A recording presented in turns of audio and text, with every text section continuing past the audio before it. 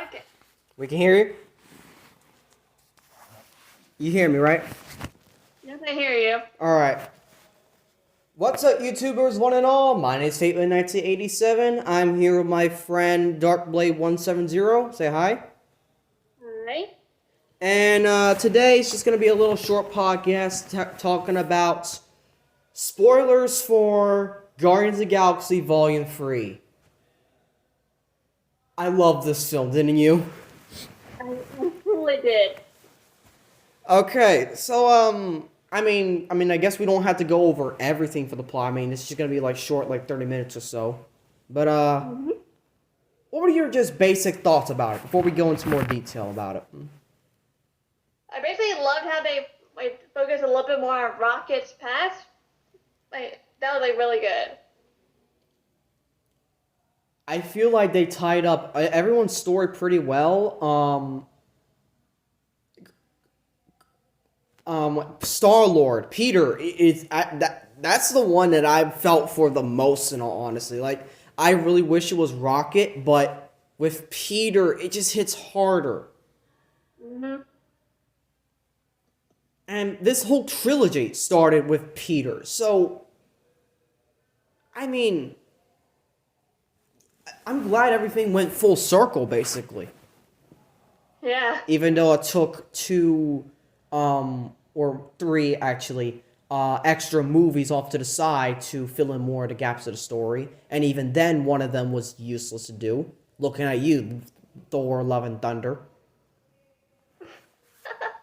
No, seriously, as much as I liked watching the movie first time, I've realized that I do not like the movie. It's fine. I mean, they could have done something so much better with that, but, like, they used way too much humor in that film. This is what I'm talking about when it comes to Guardians of the Galaxy. They used the perfect blend of drama, romance, humor, action, suspense. They use a really good mix of it. And in this one, Yeah. there's no mistake about it. So,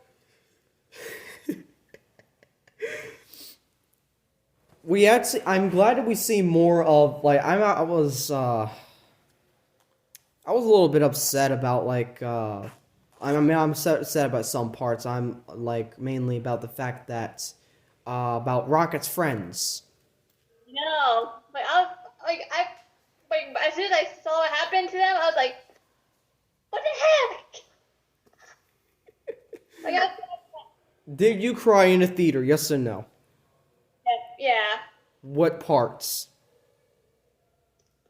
When Rocket's friends got killed and his near-death experience. Those two, actually made me start crying. Oh my god. Those two were back to back even. Yeah. It's like, holy shit, you didn't get a break. What made me cry was, one, the near-death experience, which we'll talk about in a little bit, and the ending with Peter coming home. That just got me good, honestly. And I still have that clip on ready. Like, I still have it on my Google Chrome link and whatever. Like, I pull it up, and it's like one of the first pages that is still on the tab. The clip is just ready for me to just go there and do it without any hesitation. And I still cry. Like, holy shit, that was...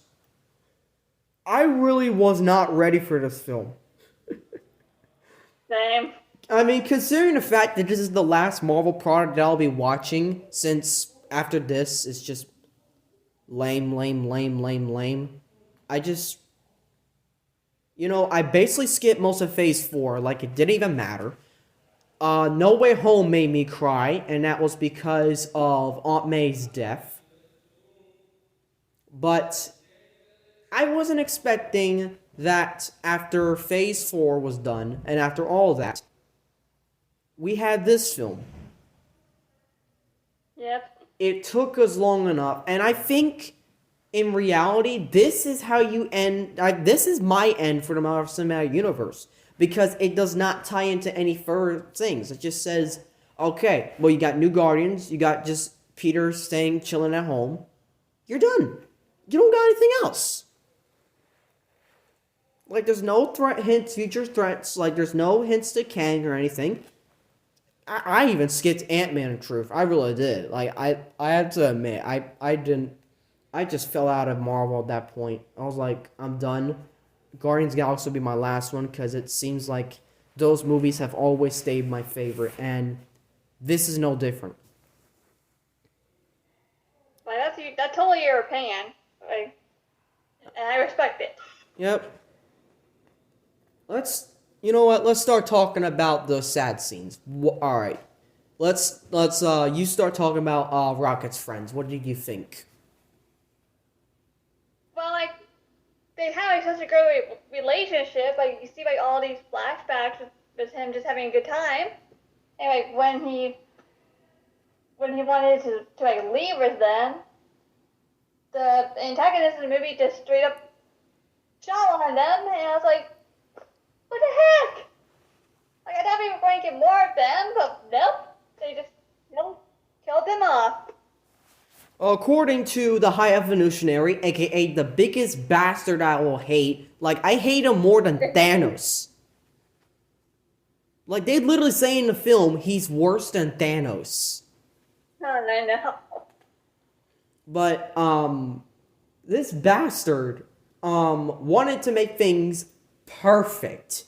I say that with quotation marks because he's so obsessed with 8P913, aka Rocket, and basically Rocket is what basically made the community inside of Counter Earth, aka the planet that they go to that blows up like the freaking Death Star. Like, holy shit. Yeah, there's like no. I just felt like there was no need to like kill like a whole civilization off, but that's worse than Thanos, honestly. Like, that's. Yeah. They killed Aisha, aka Adam Warlock's mom, off. I'm like. Yeah. And I was just starting to like her after all her bitchy mood from the last film. And she just, like, okay. Warlock, I feel like they kind of wasted Adam inside this film, let's be honest. I mean, what do you think of Adam? He was okay. Like, not my favorite, but he was just okay to me. He's just there at this point. Like, I was, like, the only good scene he has is the very beginning where he just almost knocks everyone out. Yep. I'm like, holy shit. Not to mention he's also responsible for like getting brought into like that situation. Yeah, like, that's basically what kicked off the entire film at that point. Yeah. And, we have that one scene, I didn't know this. I didn't know this was actually foreshadowing. But there's a conversation between Mantis and Star-Lord. They're just talking while they're preparing, like, to burst through the shields of OrgoCorp and whatnot. And there's, they're talking about, like, past family and whatnot. They bring up Quill's grandfather. I was not expecting the grandfather to actually be in this film. But then again, I looked at the wiki after the film, and it turns out he was in the first film, aka the scene where the mom dies. Rest in peace. Yeah. Also, rest in peace to Magenta's mom, because it is her birthday today. Yeah. And then the second film, where he's kind of he's inside, he got involved in that expansion thing that Ego was planning. Also, fuck you, Eagle. Mm-hmm. Not Eagle, Ego, not Eagle. No, man. I was like, oh my god, it just sounds so similar. Anyways, so we have that, and then fine. So I was not expecting it. Because, like, first I thought, like, okay, Peter's going home. I mean, he's going to Earth. I wasn't expecting him to be walking. I wasn't expecting the song to be playing in the background, by the way. Like, it was like the 2000s mix. And the fact that Rocket actually now has his MP3 or whatever. Yeah. I was like, that's coming full circle. It's like he never wanted him to touch, like, I think it was the first film, actually. Like, he said, like, don't touch that. I was like, to Rocket, it was like, it came back full circle. It's like, Rocket was the first one to ask about the rap GIF. I was like, don't touch that. Like, it's full circle now. Mm-hmm. Rocket, well, Rocket's been through a lot. He's the one that survived along with Nebula. He's the only Guardian that survived from the first film all the way to here. Yeah. Survived through the freaking blip. I hate that term, by the way. Like, it just is so stupid. Like, why would they name it the blip? Like, I would rather name it the snap, goddammit. Yeah, it actually does sound better. Yeah, anyways. So he survived with that. That also explains why Nebula was almost crying when she heard his voice again. Yeah. Because, like, they've been through it for 5 years. And, like, they've been as a team together. And, like, okay, now what? I don't know. And then, well, Endgame ended. They've been together as part of a team for a couple more years because of Thor. They left Thor left them, which I'm glad for, because like he didn't need to be here at this point. I was like, he's just there at that point. Like, no, get out. And then now here, and it's like, here's another thing I wasn't expecting. Yondu. Oh my god. Yep. I was not expecting. They actually brought him back for that small hallucination scene that kind of helped with Kraglin, and I was like, holy shit. Fun fact: Did you know that James Gunn's brother is Kraglin? Okay, I did not know that.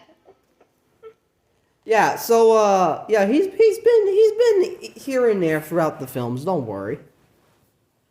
And then Cosmo. One, I wasn't expecting her to be a girl, but honestly, I do like it actually, in truth.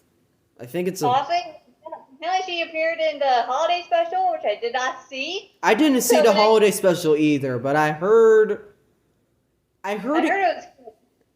One, I heard that. Two, I heard that it kind of fills in another secret about Peter's past, and that Mantis is actually his biological sister. Huh. I seen like a clip of that, so like I was like, oh, that's pretty cool. Yeah. Well, like, well, it was a little bit different for that, but like, I can understand what they didn't want to do, and that was show the drinking scenes, because if you've noticed, Peter inside the holiday special, he doesn't look clean or sound healthy. He's been drinking. Oh, jeez. Yeah. And it explains the beginning of the film as well. Yep. So it was like, okay, yeah, Peter, you just gotta snap out of it. It just gets worse. It gets worse when Rocket's injured because Peter treats him like a brother. Like, out of all the Guardians, Rocket's the only one that's really made Peter feel like at home with him. And Peter's lost his mom. He had to kill his own dad. He had to kill his, essentially, stepdad. Or no. He lost his stepdad, not killed. God damn it. But He lost all of that. He didn't want to lose Rocket either, so. Rocket is the last thing holding his sanity at this point. Yeah. So it would. But I didn't want him to die either. Like, he was. So, like. Keep him alive, please.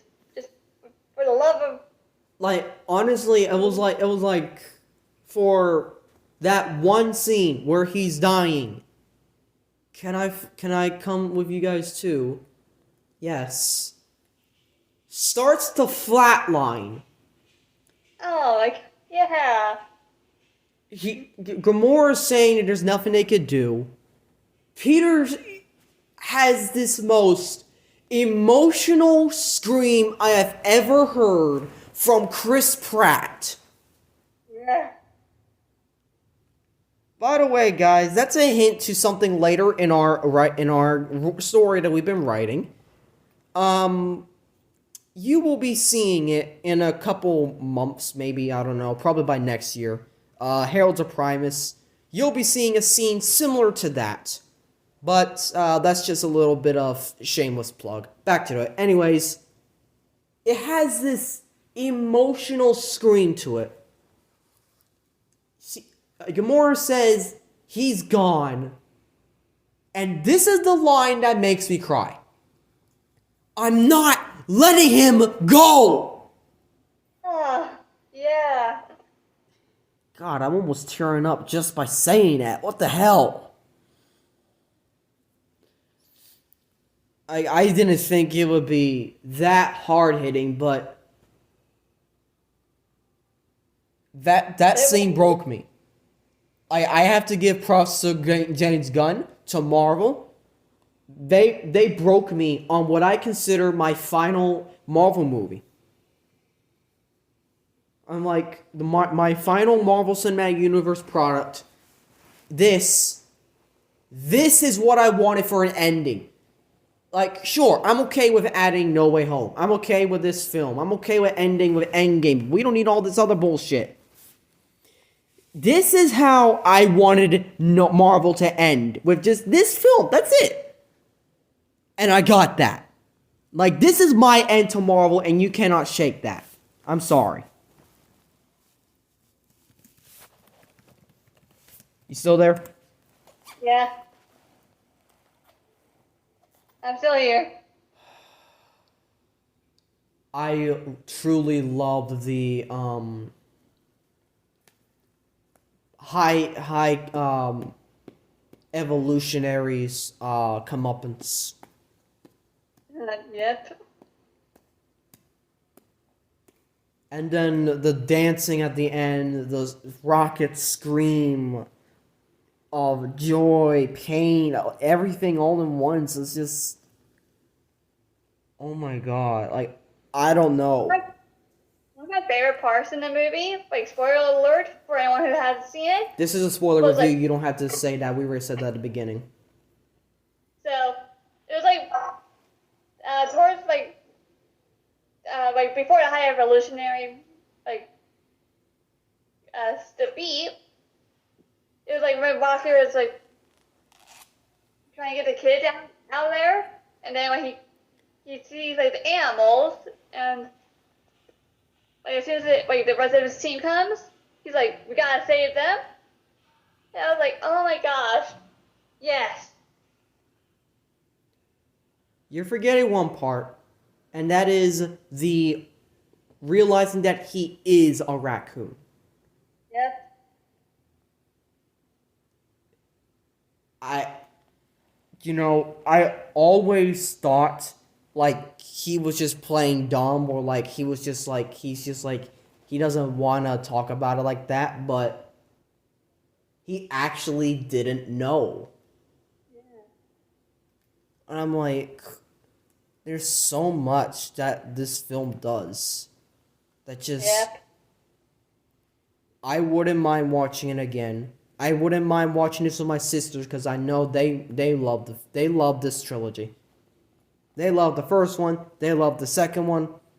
I know for sure they love the third one because I just watched it this past weekend with Mom.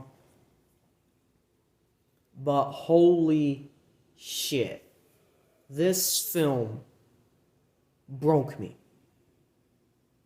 And for like 24 hours after the film happened, you saw me, like, literally, like, the next day after I saw the film, I'm on Discord around you guys and around everywhere else, and I'm just talking about spoilers.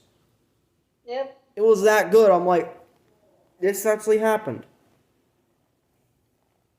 This is what I want from Rise of the Beast. If they can make a film that will make me love it as much as this film, would be much appreciated. Like, this is the film that I've wanted ever since Endgame, ever since No Way Home. I was like, these are the type of products that I want Marvel to make. Like, I loved pretty much all the Marvel films.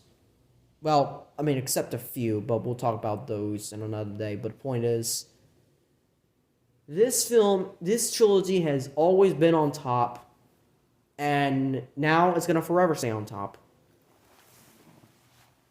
And as much as I kind of don't like the Iron Man trilogy, or rather the second one, or rather the second part of the Iron Man, I really do think that they did Iron Man's trilogy pretty well. And like, Okay, can I say this real quick? Sure. Okay, so like the most unexpected thing was like Bruce said like towards the end, like instead of like more than I agree. So like when he said that, I was like, I almost like dropped my drink. What? What? Okay. At the end, he said, "I love you guys." Oh yeah, that. I was like, I wasn't expecting that either. Like I almost dropped my drink immediately after he said that. Like, yeah, that's definitely a drink dropper or a drink spitter. Okay. Another thing during that moment, you weren't born to be a destroyer. You were born to be a dad. Oh, yeah. And that movie actually proved it.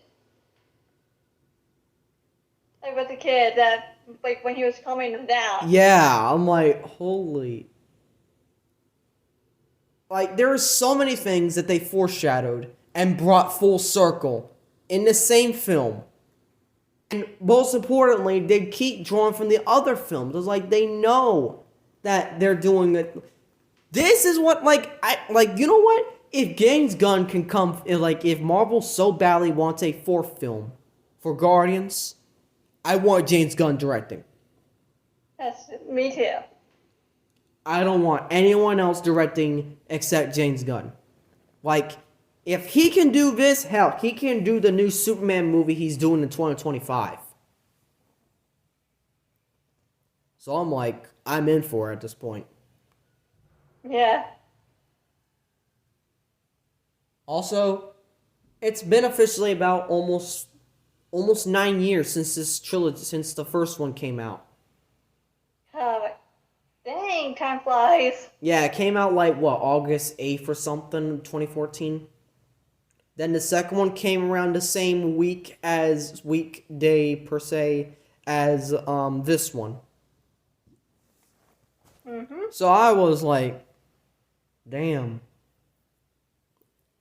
There's so much I didn't think I would like about this film, and yet I do. Yeah. It gives me a real good reason to say, fuck you, High Evolutionary.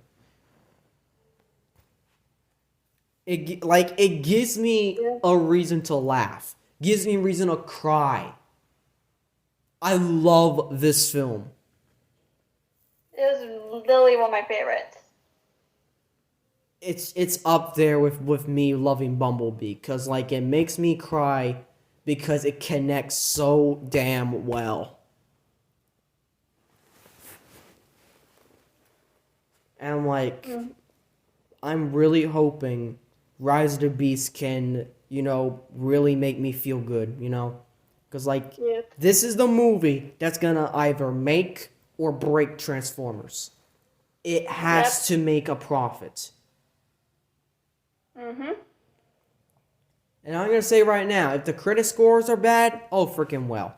It's the audience score that counts, and if that doesn't make it, then the money has to count.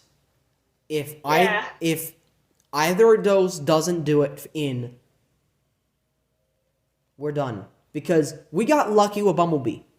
The movie didn't make the profit. That's not why we got the sequel. The reason why we got the sequel is because, have you seen the Rotten Tomatoes on it? I actually have not yet. Okay, I'll give it to you. About 92% last time I checked. So it's a certified fresh film. Ooh. A Transformers film being certified fresh. Dang. None of the other films made it, in truth. None of them. Not even the first one. So I'm like, okay. Now we have to officially go and say, we need to make a profit. We need to get the fans happy. You know, I'm just like, I'm sitting here, I'm like, this is it. Like, you keep doing this good stuff. Like, they're showing all my good stuff. I can't say it because movie's 2 weeks away. Are you going to be seeing it on the 9th? Or are you going to be seeing it like a week after or so? Well, I want to try to get my mom to take me, so... And I'm hoping you see it when it comes out, but if not, then it's fine. I don't want to spoil it for you, Holly. I really don't. Because, like, Yeah, I've already spoiled... Just don't spoil it. Yeah, I'm like, I really want you to see it. Like, I'm the only one allowed to watch it bootlegged because you two have access to theaters. You and Magenta. So I'm like, okay, well, now that we have that, I'm like, what now? Because like this Friday is TFI's finest hour, which has been bumped to an hour long instead of 55 minutes long. I've already seen some clips, and at one clip I decided to stop watching because holy shit, it's gonna be good. Because, like, I'm watching clips. I'm like, I'm thinking I'm not going to get spoilers. But there's this one clip that I'm watching, and, like, it's just Megatron and Barricade. And I'm like, the voices. And it's quiet. Yeah, I know. No, it's quiet. The voices, they've stopped. And I'm like, holy shit. Am I getting spoilers? I better back out of this. Oh, gee. So, I have to admit, I'm giving this a film 11 out of 10. I'm sorry. I will go above and beyond and say 11 out of 10. I would recommend people to watch it in theaters, to buy it on Blu-ray, 3D even. There's so much good stuff to it. Like, I know we didn't go over all the spoilers, but there was... It's a good film. Yeah, it really is. Also, Are you ready? Adam with the whatever that thing was. I don't know what that creature is. Me neither. But, like, it's so goddamn cute. It's like, you had... Okay, so what was the first thing cute inside the first film? There really wasn't, was there? Nope. Okay, so the second film had Baby Groot, and Yep. he was a little bit of an ass. like an ass to the people, not like not like evil or like just like a plain like, I'm just gonna press a button over and over like, you're a baby, of course you would. And in this film we have that creature. I'm like, all right then, I guess they're trying to keep a trend or something.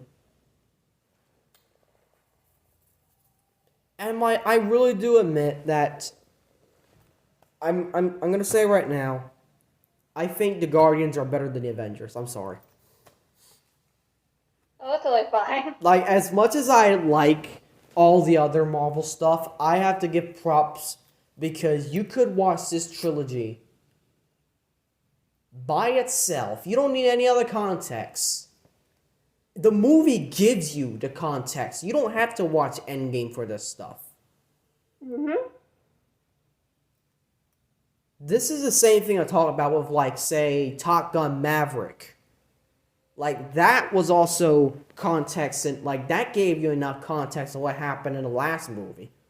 So I'm like, yes, this is what a true sequel needs to be. Sometimes you could just start on it and not really, it's not like, say, Transformers films, where you have to watch the first one in order to understand the second one, and the third one, and so on. Although Yeah. Age of Extinction kind of did a good job on that one with basically kind of humans, Cybertron invaded and whatnot. So I guess that kind of gets a pass, but not fully. Like, people, I mean, honestly, there's just so much. What would you rank the film?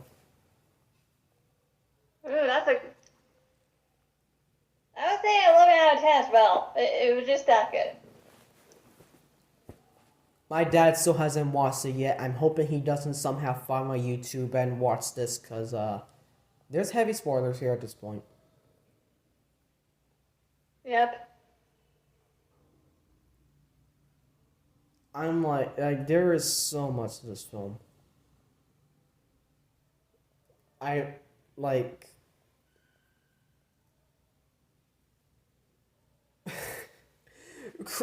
Peter is just kind of done with everything in this film. Like, he's done with the jokes, he's done with the bullshit. He just wants to save his brother and get home. That's it. Like, he is completely done. Like, you do not see him happy until the very end of the film.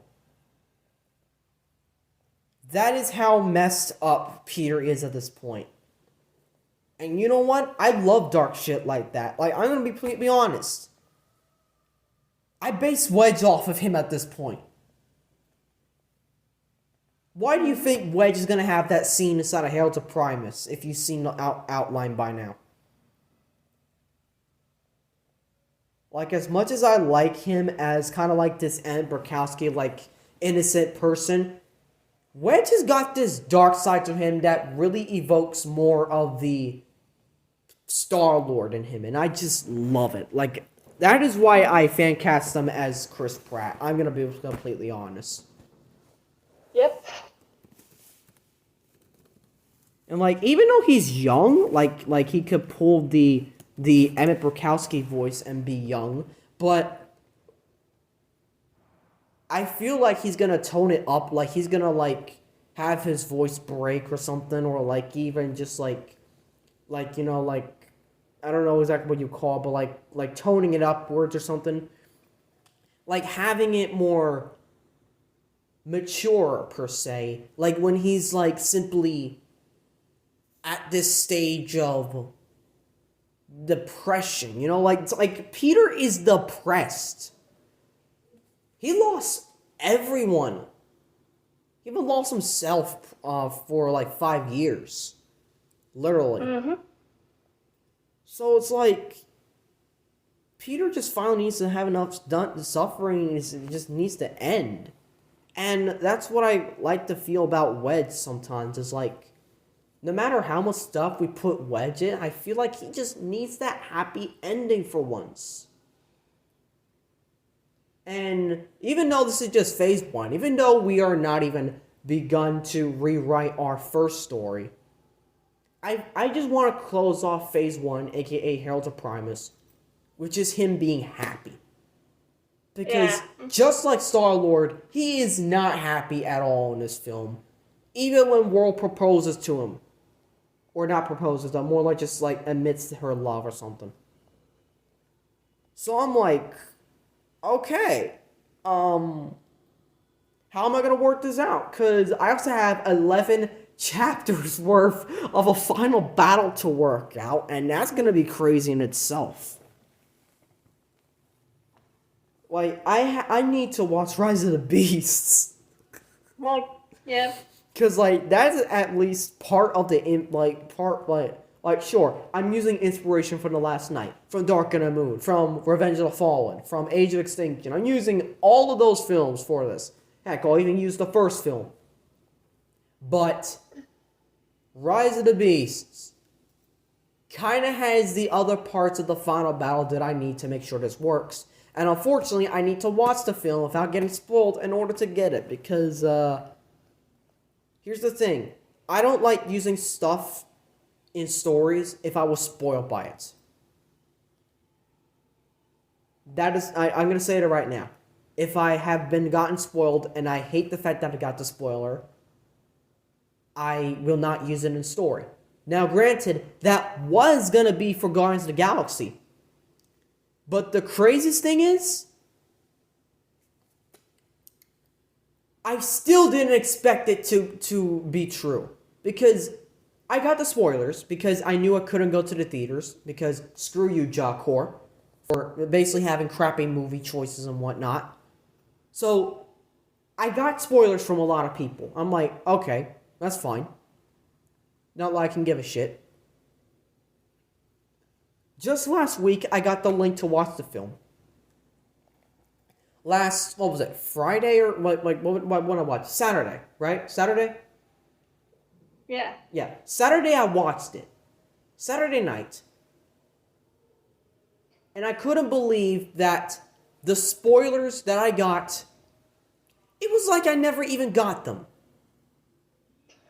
Dang. If I could have that mentality for Rise of the Beast, that would be much appreciated. Yeah. Like, if I could have just that blank in my head, like, I know the spoilers is there, but it's still surprising me. Like, if I even never watched a spoiler. I want that for Rise of the Beast. Same. Unfortunately, though, we are stuck in a world where we're going to be getting spoilers in a matter of less than a week. Yep. We're getting the interview from Stephen Cable Jr. by a YouTuber named Alfonso Nation. He's a really good YouTuber. Check him out. That's coming on Friday. On also Friday, I'm probably going to be reacting to Finest Hour. Although, if I can, I might push that back just so I can bring in John. That's right. I'm going to bring in John, a.k.a. Nidus Prime, for this reaction, because I want him to see what he thinks of this version of Bay vs. Finale. Because, like, he's already working on Rise of Unicron. What does he think of this one? Because he's also a writer for that film, and quite honestly, he doesn't like some of the stuff that they do here. So I'm wondering if he's going to like Finest Hour better. You know what I'm saying? And then on next week, I am still heavily debating on whether or not to actually sit down and watch it bootlegged, but Spider-Verse,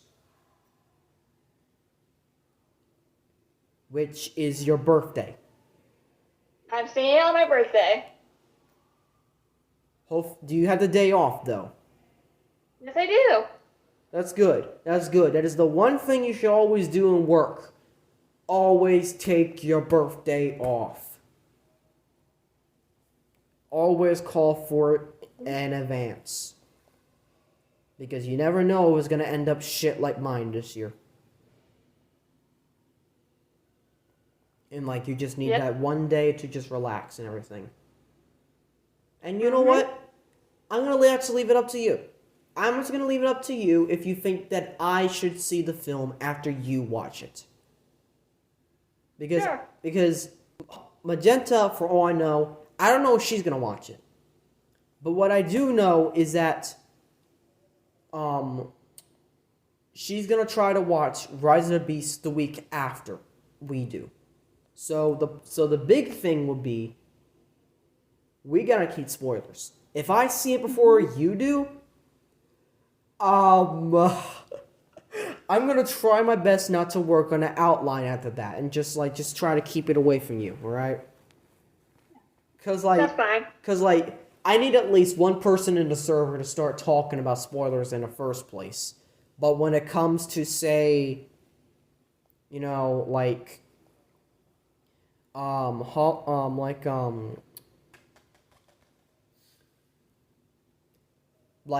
Magenta, she has to be, well, she's going to Disney World. And then after that, she's probably going to try to go watch a movie like on a Tuesday or something. So that really doesn't leave much time for her to avoid spoilers. Especially especially if apparently she gets them from other people around her. Yep. So what I'm gonna do is, since I am the server owner now, I'm going to, on the week of the 2nd, like starting next week actually, I'm gonna lock this channel that we're in, Dark Blades writing table. I'm gonna lock that between just me and you, so that she doesn't see when we start talking about spoilers. Okay. And then when she watches the film, that's when we unlock, and that's when we all chat together, like on a call or something. Okay. Apparently, this went over 11 more minutes than I thought it would, but hey, at least we we still have time, Yeah. I'm like, you know what? I really did like this review. I mean, okay, what was one thing you didn't like about the film? Ooh, that's a good question. I'm gonna be completely honest. I didn't like the... What is it? I didn't like what they were doing with Adam Nova. I feel like that's the one thing that's just like, it's a bit cringe. I mean, yes, I could tell he's a child essentially, but he's also a grown adult at the same time. It's like, I personally didn't like that either. So, everything else I thought was good though. yeah. It's just that one character. Half the songs I was on, another thing I just realized, they went full circle with "Come and Get Your Love." Yep.